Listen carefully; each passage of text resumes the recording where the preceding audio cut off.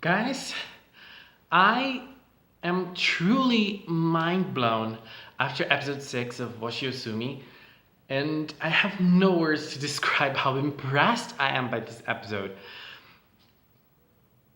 I am shocked, and I really didn't see it coming. I had some theories of my own that I'm going to talk about later, but I really didn't see it coming the way things happened in this episode. Oh my god. But let's talk about the episode itself, right? This episode was probably my favorite out of the 6 episodes of Washio Sumi, and it's probably my favorite Yuki Yuna episode. It's so intense, and it was so beautifully done, and I don't know, I just feel very happy.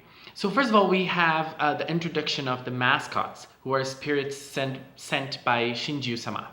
And I thought about it last episode, when it ended, and I was pretty sure that this was going to happen. I was pretty sure that this was the thing that was going to be introduced to the girls as a new power to them. And when I started watching Washio Sumi, I didn't remember what those mascots meant in Yuki, and I didn't remember that. And then it came to my mind. It was like, oh my god, they don't have mascots, thank God. But then they were introduced anyway, and the girls, they didn't explain to the girls what those mascots were for, and that's the worst part of everything. How oblivious they make the girls feel, and how powerless they feel against a power like that. And it feels so alone. It feels so lonely. It must feel so lonely.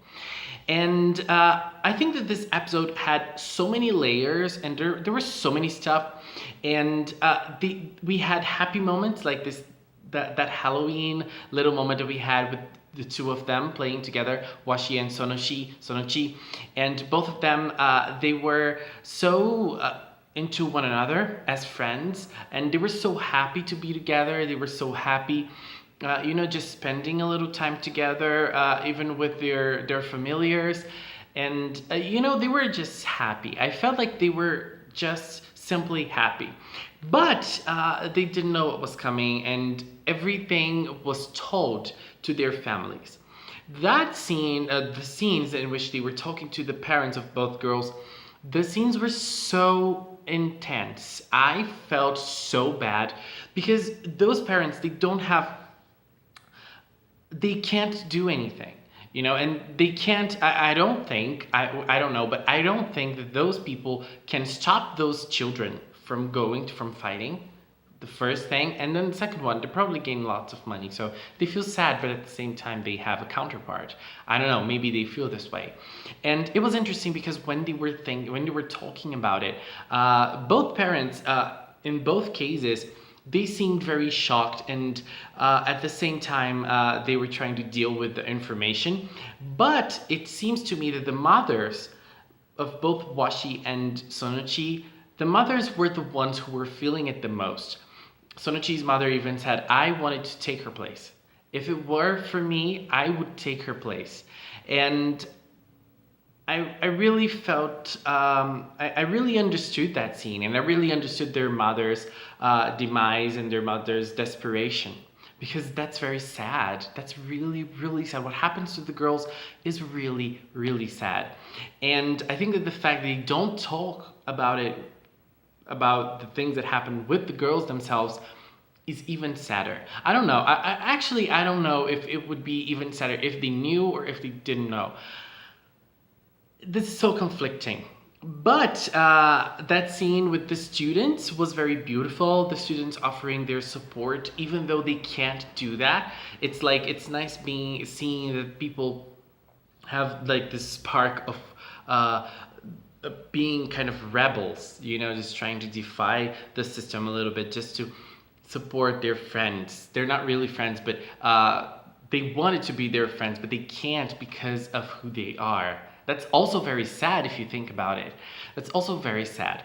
And the fighting itself was interesting because I felt like those girls, along the episode, they grew so much, and they were kind of feeling hopeful for everything that was going on.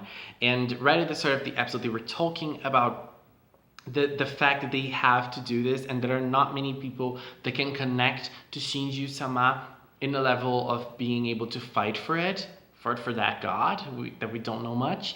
And so if they can't really connect, there aren't many people that can fight. So they're ones.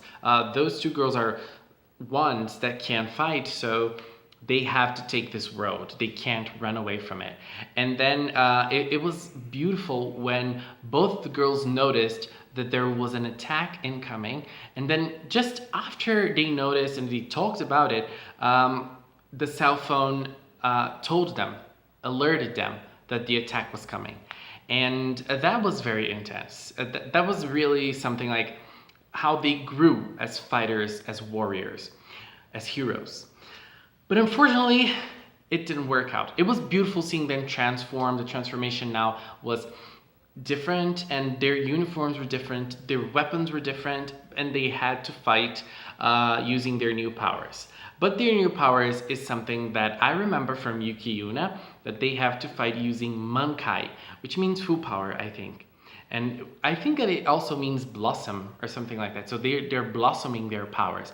But for that, they use their own vitality for that. So they use like vision, or the ability to walk, the ability to smell, lots of different abilities that we have as humans. And they lose those abilities while they fight, while they use mankind. And when they used mankind in this episode, I was like, oh my god, don't do it. Don't do it. And it was so sad when they realized what was going on. It was really heartbreaking because they were fighting. They were they were just there fighting, and then they realized that something was wrong. And Sonochi had one line that really got me sad when she was talking to Sumi, and she said, "Is this the way that we're supposed to be fighting? There's something strange here." Because she didn't notice what was going on. Sumi was faster in catching up, I think. But when Sonochi catched up, she understood that she was being a sacrifice. And that's what one of the mothers said. It's like there's sacrifices. And that's very sad. That's very, very sad. But okay, the fight happened. Obviously, the girls were not able to withstand the vertex. There were lots of vertexes coming. They defeated 3 of them, and then they were destroyed, but then more vertexes were coming. And it was interesting because I thought that Sonochi was going to end up alive at the end, but she ended up dying. I don't know why. Maybe she used so much power that the mascot, the familiar, couldn't withstand that with her body, and her body ended up being destroyed. And at her funeral, what's the name of the thing that they get laid down in the funeral? It was closed. When it came to Gin's funeral, Gin's was opened. Now with Sonochi, it was closed. We couldn't see Sonochi there. So maybe she used so much power of her body that her body got completely wrecked at the end and she couldn't live. So I don't know. But let's talk about Washi. Washi at the end, that ending part when Washi was talking to Sonochi and Sonochi was saying goodbye, and Washi, she didn't know who Sonochi was. She didn't know who she was. That broke my heart. That was so sad. But then when Washi forgot everything about her. She knows that she has her powers, and she remembers Gin. I think that's the only thing that she remembered from the past. She remembers that she has to fight the vertexes, but she doesn't remember much. So she doesn't know her name, she doesn't know her family, she doesn't know anything. And that's where I got so surprised. Because when I was thinking about Washi, I was thinking that Washi was actually the girl from the first season that appeared right at the middle of the first season. That girl that was sick, that couldn't do anything, that was in bed. And I thought that girl was Washi. I don't remember that girl. I don't remember the color of her hair. I don't remember her name. I don't remember anything about her. I just remember she exists in the first season. So I thought Washi was her. But Washi is actually Togi. Guys, that revelation got me mind blown. You guys have no idea. I don't think I've been this shocked for an information on an anime in forever. I didn't see it coming at all. So as I was telling you, I thought that Washi was actually that girl that was laying down in the hospital that talked to Yuna in one point of the series. But now Washi is Togi. Guys, I have no idea what to say. I have absolutely no idea what to say. So I'm really curious to see Yuki Yuna again. I really need to watch it again to see, those little details. And when I was watching it, when I was watching this episode, I saw Washi using her powers when she couldn't move her legs, and I thought, oh my god, she fights just like that girl from the first season. And I didn't even catch up with that, even after she showed her powers, her new way of fighting. I couldn't catch up, and I thought, oh my god, she fights just like that girl from the first season. I didn't notice. But guys, I am wrecked. Right now, I am destroyed inside after watching this episode. It was really emotionally draining. I don't know if you guys agree, but I think this episode was emotionally draining. And now I'm even more curious to watch Yuki Yuna. And then I think we're gonna have another season that is actually the continuation of the first season.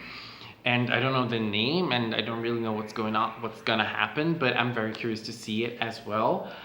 But Sonochi, I love you so much. I think you're the best character from Yuki Yuna so far. I love you, I love you, I love you. And I love you again. I love you, Washi. You've been amazing. You've brought us such a great story and such a great friendship. I love you three so much. You were gorgeous. Thank you so much for this time that we spent with you. And I'm very sad, but at the same time I'm happy because this was a great season. 6 episodes only, very fast, but it worked so well. So much information in such a short span of episodes, and I really loved it. I really loved it. It adds so much to the Yuki Yuna story as a whole. I'm just in love. Guys, please show your opinions on this episode. Let's talk about it. It was intense, it was sad, it was heartbreaking, it was mind-blowing. And let's prepare ourselves for the new season. I think it's also going to be 6 episodes, and I'm gonna watch Yuki Yuna now. I'm gonna watch the first season as a whole because I'm very curious as to what actually happened. Guys, thanks so much for watching, and until next time, bye bye.